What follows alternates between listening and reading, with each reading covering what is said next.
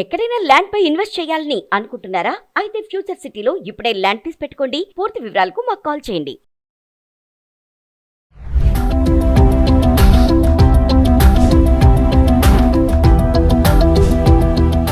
Suman TV ప్రేక్షకులకు నమస్కారం. Trump రాత్రి ఏం ఆలోచిస్తాడో ఉదయం పూట దాన్ని అమలుపరిచేటువంటి వ్యక్తి. అలాగే గ్రీన్ కార్డు విషయాల్లో కూడా చాలా కఠినాతి కఠినంగా వ్యవహరించి మామూలు గ్రీన్ కార్డులన్నిటి కూడా ప్రాసెస్ను ఆపేసి గోల్డ్ కార్డు అనేటువంటి కొత్త ప్రక్రియను మొదలుపెట్టి సుమారు 47 కోట్ల రూపాయలు ఇండియన్ కరెన్సీ లోపల కట్టిన వాళ్ళకి గోల్డ్ కార్డు జారీ చేస్తూ మిగతా వీసాలన్నింటి కూడా చాలా వరకు తగ్గించి చాలా లేటుగా ప్రాసెస్ చేసుకుంటూ వీలైనంత వరకు ప్రాసెసింగ్ను ఆపడానికే ప్రయత్నం చేసిన వ్యక్తిగా ఇప్పటిదాకా మనకు తెలుసు. కానీ సడన్గా ట్రంప్లో మార్పు వచ్చింది.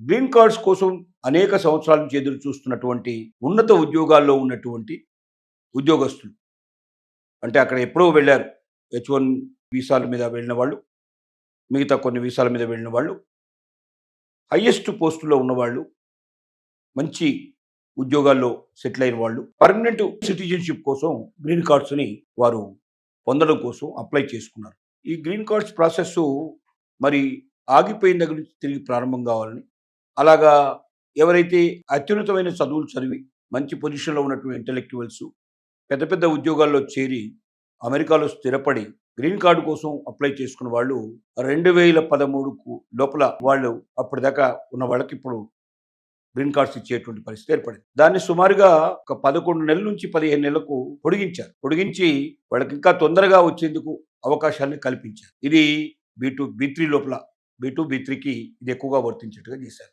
B4 ఇంతకుముందు అసలు పూర్తిగా ఆపేసినటువంటి B4 సంబంధించినటువంటి గ్రీన్ కార్డు కదలికలు కూడా మళ్ళీ తిరిగి పునరుద్ధరించారు.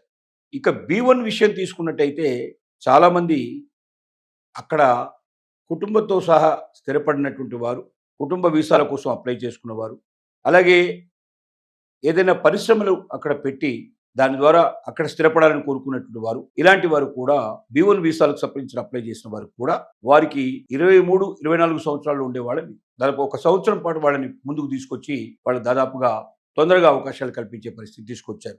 దీనివల్ల ఎదురు చూస్తున్నటువంటి అవకాశాలు తొందరగా దొరికే పరిస్థితి ఏర్పడుతుంది. ఎందుకంటే ట్రంప్ ఆలోచించింది ఏమిటంటే ఉన్నతమైన విద్య చదివిన వాళ్ళు, ఉన్నతమైన పదవుల్లో ఉండేటువంటి వాళ్ళు, ఆ దేశానికి ఎసెట్స్ వాళ్ళ వల్ల అమెరికాకి ఎక్కువగా సంపాదన వస్తుంది, ఎక్కువగా జ్ఞానం వస్తుంది, ఎక్కువగా దేశం సుసంపన్నం అవ్వడానికి, దేశం బలవంతం అవ్వడానికి వాళ్ళు ఉపయోగపడతారు. అలాంటి వాళ్ళు కావాలి దేశానికి. ఎవరైతే ఈ దేశంలో చదువుకుని ఈ దేశంలోనే ఏదైనా జాబ్ పొంది దాని మీద వచ్చిన డబ్బుతోటే చదువు పూర్తి చేసుకొని అలాగే ఈ దేశంలో స్థిరపడిపోయి ఈ దేశంలో వచ్చిన డబ్బును ఎప్పటికప్పుడు విదేశాలకు పంపించాలి, వాళ్ళ దేశానికి పంపించుకోవాలనుకునేటువంటి ఆలోచనలో ఉండేవాళ్ళు ఈ దేశం మీదనే పూర్తిగా ఆధారపడి ఈ దేశానికి ఏమీ ఇవ్వలేనట్టు వాళ్ళు అనవసరమైన వ్యక్తులు అని చెప్పి ట్రంప్ యొక్క ఆలోచన. అందుకే అలాంటి వీసాలను తగ్గిస్తూ, అలాంటి వీసాలకు ఇబ్బంది కలిగిస్తూ, అలాంటిగా వచ్చినటువంటి వాళ్ళ మీద కూడా ఏదో ఒకటి వాళ్ళ సోషల్ మీడియాలో వాళ్ళకు ఉన్నటువంటి గతానికి సంబంధించిన విషయాన్ని తువ్వేసి ఎక్కడో ఒకటి ఎవరో పంపించినటువంటి వార్తని వాళ్ళు ఫార్వర్డ్ చేసినట్టయితే సోషల్ మీడియాలో వాళ్ళను కూడా వెంటనే పట్టుకొని వాళ్ళ వీసాని క్యాన్సిల్ చేసి వాళ్ళ దేశానికి పంపించడం. ఇంకా వీసా ప్రాసెస్లో కూడా అలాంటి వ్యక్తులు ఎవరైతే స్టూడెంట్ వీసాలు అప్లై చేస్తున్నారో, ఎవరైతే చిన్న చిన్న ఉద్యోగాలకు అప్లై చేస్తున్నారో, ఎవరైతే మరి ఇక్కడికి వచ్చి స్థిరపడాలని కోరుకుంటున్నారో అలాంటి వాళ్ళందరినీ ప్రాసెస్ చేసుకుంటూ సోషల్ మీడియా ఖాతాలన్నీ కూడా ముందుగానే ఇవ్వాలని వాటి ఓపెన్ చేసి వాటిలో ఎక్కడో ఒక చిన్న తప్పును పట్టుకొని వాళ్ళని మరి రానివ్వకుండా చేయటం.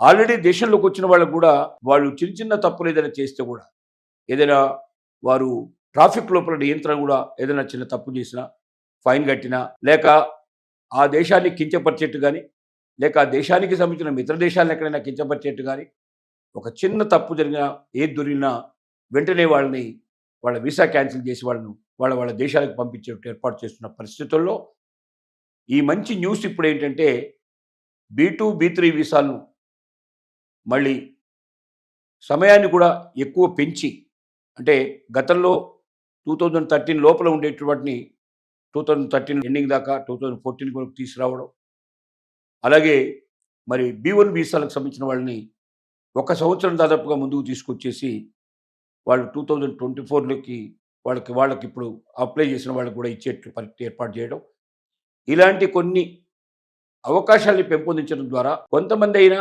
అక్కడికి వెళ్ళిన వాళ్ళలో నిజాయితీగా పనిచేస్తూ చాలా సంవత్సరాల నుంచి ఈ పర్మనెంట్ వీసా కోసం, గ్రీన్ కార్డు కోసం వాళ్ళు వెయిట్ చేస్తున్న వాళ్ళు సంతోషంగా ఫీల్ అవుతున్నారు.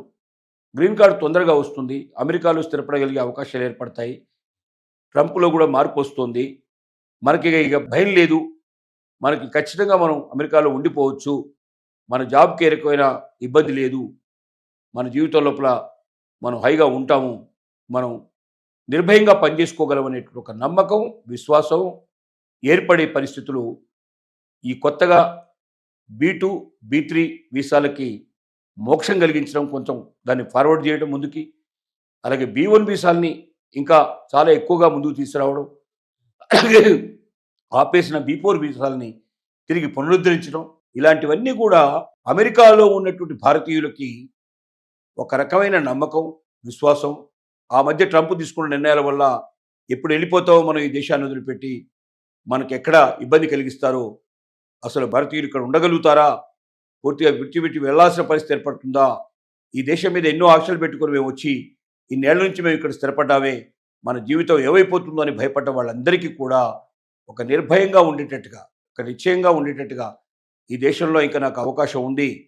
ట్రంప్ తీసుకున్న కొత్త నిర్ణయం ద్వారా తొందరగా నాకు గ్రీన్ కార్డు వచ్చే అవకాశం ఉంది.